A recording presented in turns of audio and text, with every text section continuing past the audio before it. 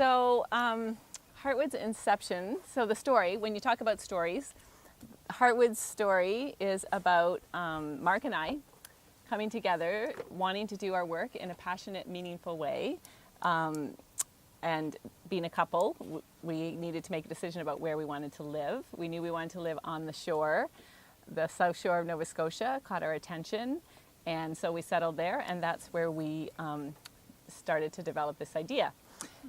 Really mostly just about two people who wanted to do meaningful work passionately and make a good and positive difference in the world. So together, doing that work together. So that's how it started, and I think in the beginning we thought in our passionate and all-encompassing way that hopefully we could be sort of anything and everything to anybody that might have a need in the area of health or learning or leisure and the development of personal growth in those areas. And so interestingly, Heartwood was initially called the Association for Health, Learning and Leisure many, many years ago, before Brian's day, before Paula's day, before Andre's day. Yeah.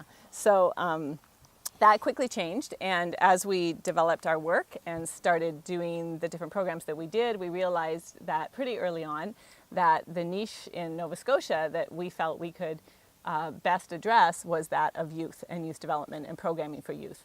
And though we had done some programs for adults, we knew that that was what we wanted to develop further, was our youth programming, and that's what we enjoyed so much and felt like we were doing well at, and we're attracting amazing people to that kind of work.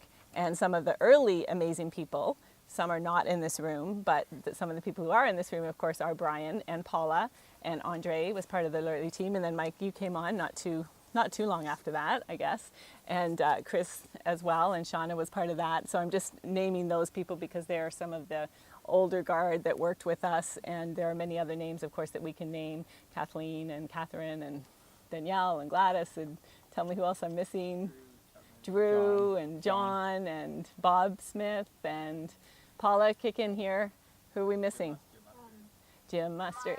Miles, of course, Miles. Yoakum, yeah.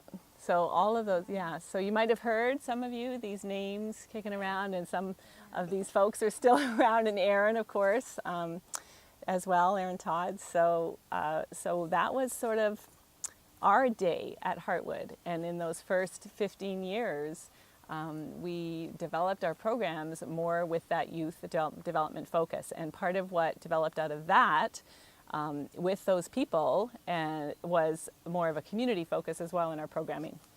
And so we went from just youth development to youth and community development. Heartwood's name continued to morph to reflect the focus of our programming.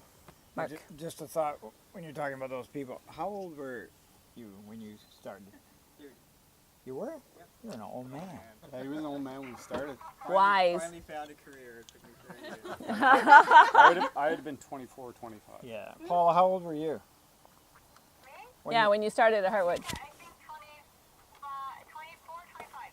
Yeah. Well, you're like 10 years older than me, so you had to be more than that. You were pretty fresh out of school. Yeah.